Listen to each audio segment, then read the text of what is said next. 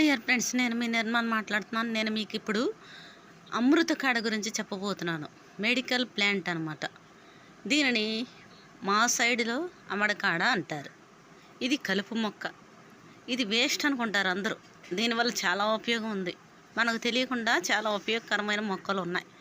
నేను చెప్తున్నాను విని ఎవరు కూడా కూర వండుకొని మాత్రం తినమాకండి. ఆరోగ్యానికి చాలా మంచిదని చెప్పేవన్నీ కూడా డాక్టర్ సలహా లేకుండా ఏది కూడా తినకూడదు. ఇది కలుపు మొక్కగా పెరుగుతుంది.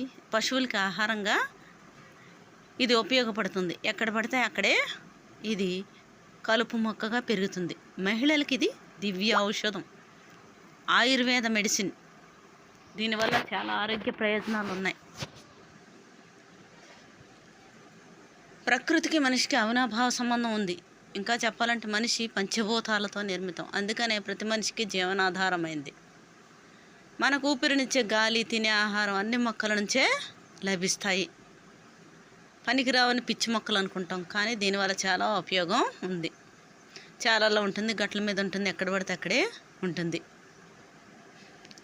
ఈ వీడియో మీకు నచ్చినట్లయితే లైక్ చేయండి, షేర్ చేయండి అండ్ సబ్స్క్రైబ్ చేయండి.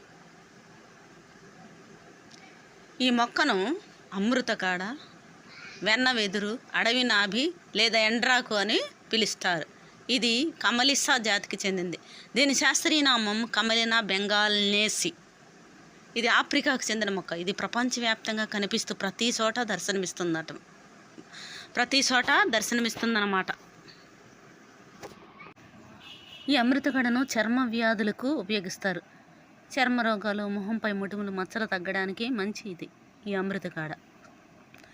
సీజనల్ వ్యాధులకు, కీళ్ళ నొప్పుల నివారణకు, మొహం మీద మొటిమలు పోవటానికి, ఋతుక్రమం రెగ్యులర్గా రావటానికి, ఈ ఆకు పాము విషయానికి కూడా విరుగుడుగా పనిచేయడానికి ఉపయోగిస్తూ ఉంటారు. మూత్రంలో మంట కూడా ఈ ఆకు కషాయం చాలా మంచిది.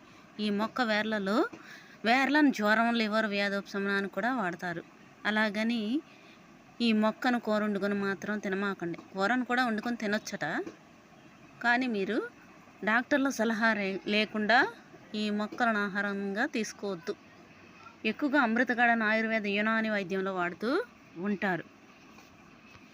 ఈ వీడియో మీకు నచ్చినట్లయితే ముందుగా సబ్స్క్రైబ్ చేయండి, లైక్ చేయండి అండ్ షేర్ చేయండి.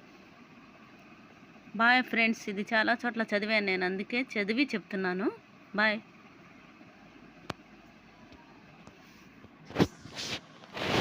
Bye friends.